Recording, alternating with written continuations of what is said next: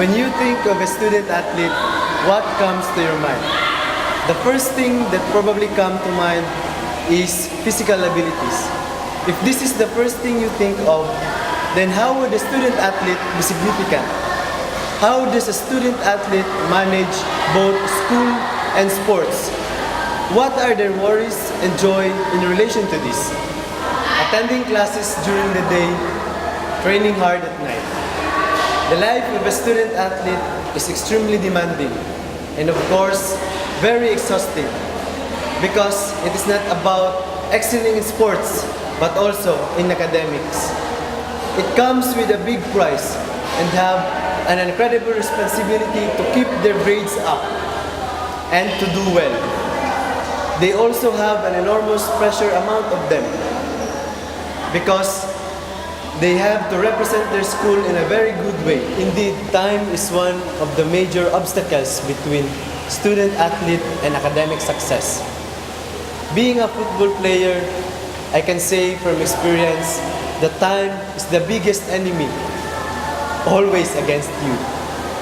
Waking up for 7 o'clock workouts, attending classes immediately, straight to practice after, then getting out late at night, and a very few hours left for study time. This process is an everyday routine. Being tired, sore, and just plain worn out from either games or practices makes it hard for a student. It takes away any desire to do homework and projects because all he or she wants to do is to rest and recuperate from the exhilarating exercises, training, and practices that the athlete's body takes on. Apart from physical exhaustion, weariness and mental stress takes a huge toll on athlete's mind. A lot of people don't know that there is much more to sport than just the coordination and muscles.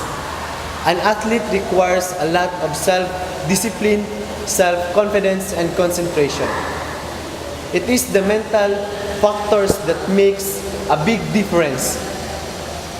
Former Olympic gold medalist Bruce Jenner once said, "You have to train your mind like to train your body because success and failures depends on the mental factors just as much as the physical ones."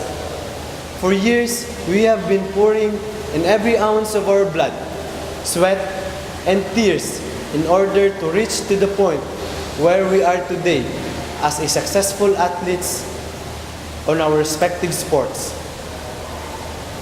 An individual gets to the top by practicing every day and every chances they get, by working out every day, by stepping up and accepting the challenges, and by motivating themselves to be the best. Winning is often viewed as an all or nothing virtue, whereby greatness is a descriptive term reserved for those whose names appear at the top of the list. This evolving mindset communicates to our ideas of excellence and achievements that become highly dependent on the outcomes of the competitions in which they engage. For me, my life as a student athlete is definitely a constant uphill battle. But one thing for sure, without it, I would not be who I am today. At this moment, I am not entirely sure if I should continue playing in college or just move on. Maybe I wasn't meant to be on the field, but to be the person on the linings who guide those who are. But for those student athletes also struggling with themselves, just remember to make peace with the game that your heart always loved. And lastly, football will not be my profession, but it will always be my passion. Thank you.